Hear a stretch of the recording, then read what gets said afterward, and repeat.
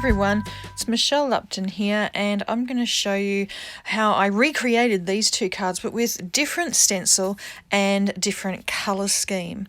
So I'm using stencils from the latest release at Picket Fence Studio. This one is called the Dart Butterfly that I used on both of these two cards, but I'm going to use a different colour scheme. There's also multiple others. There's a Soar butterfly stencil, then there's the Wander butterfly stencil, this one, then there's the Zing butterfly stencil, but the one that I'm going to be using today is called the Flutter butterfly stencil. So I'm just going to get this out of its packet. I've got two pieces of cardstock. One is Nina Solar White and the other one is Canson Montval watercolour. And I'm going to be starting off by using this as a mask.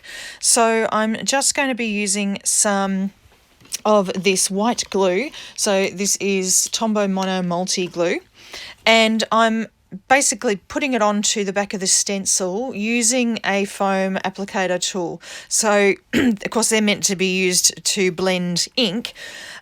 Usually I would actually use pixie spray, but I'm all out of pixie spray, so I use this instead.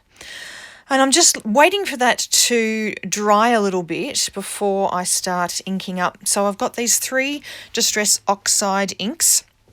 Here I'm just flicking the stencil, the mask, and trying to dry it off a little bit. I'm just testing it with my fingers because I generally find that if you can put your hand on it and take your hand away without glue coming with your hand, then it's pretty much okay to use. Now, I found that I was probably a little bit premature with adding the mask here, but hey, you live and learn.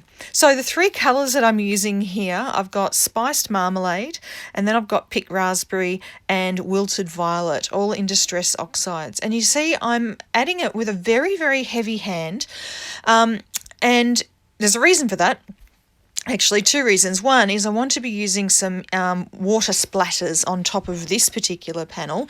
So I want plenty of ink there to show up those splatters. But also you can see I'm using a pouncing motion with this applicator tool, and that's because I want plenty of ink on top of the actual mask, because I'm going to be doing a 2-for-1. I'm going to actually use the ink on that mask to create my second card. And you can see when you ink blend with a sort of rubbing motion, a circular motion, all the ink comes off that mask. So I have to use a pouncing motion to make sure there's plenty of ink left on top of that stencil.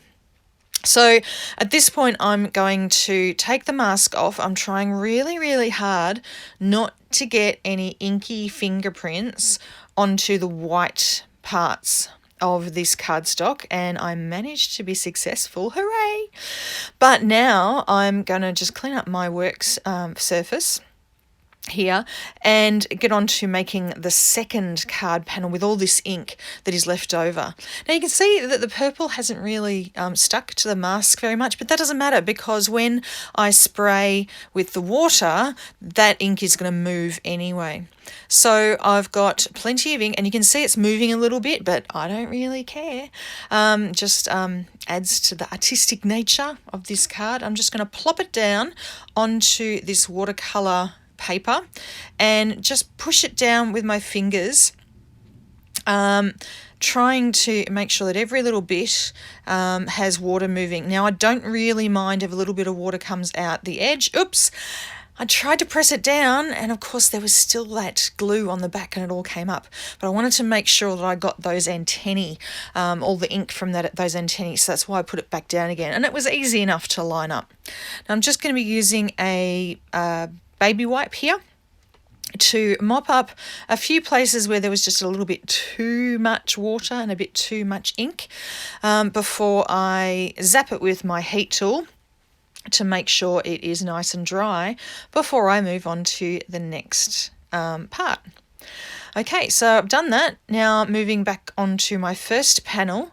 Now there was some glue left, so I'm just going to be using my white eraser here to get rid of some of that glue that was stuck. And now for the water splatters to get that oxidation effect with these Distress Oxides. You can see that some colours actually have much more of an oxidation effect than others. but you're probably going to get the most oxidation effect from these inks if you've got a really heavy application, which is one of the reasons why I wanted lots of ink there. Alright, so for this particular panel I wanted there to be a white border. There was so much colour on this panel, I thought a white border would look good on this card. The other one I thought, I'll just leave it as it is, so that takes up the whole front panel of my card. So I'm just going to adhere them straight to a top folding white card base, but I need to add my sentiments first. So I pulled out these sentiments from Picket Fence. This particular set is called the Fancy Sentiments set. There's actually multiple different Fancy Sentiments sets from Picket Fence. This one was the first one, and it's probably my favourite, I have to say. So I just decided which sentiment I wanted to use by figuring out which one actually fit best across this butterfly. So I'm using my Picket Fence Studios Black Hybrid ink for this. And I'm using my Misty because I always like to stamp twice to get a nice, crisp and intense black sentiment. So I did that with both of those cards and adhered them to my white card bases. And the last little step I'm going to do is to add some little enamel dots. So I'm using this liquid enamel, which is from Ranger, and making some little dots, being very, very careful not to put my hand in them because I'm notorious for mucking up a card at the very last minute by putting my hand in something that hasn't dried yet. Anyway, that's it for today. Thank you very much for watching, and I hope you enjoyed seeing how I made these cards. Bye!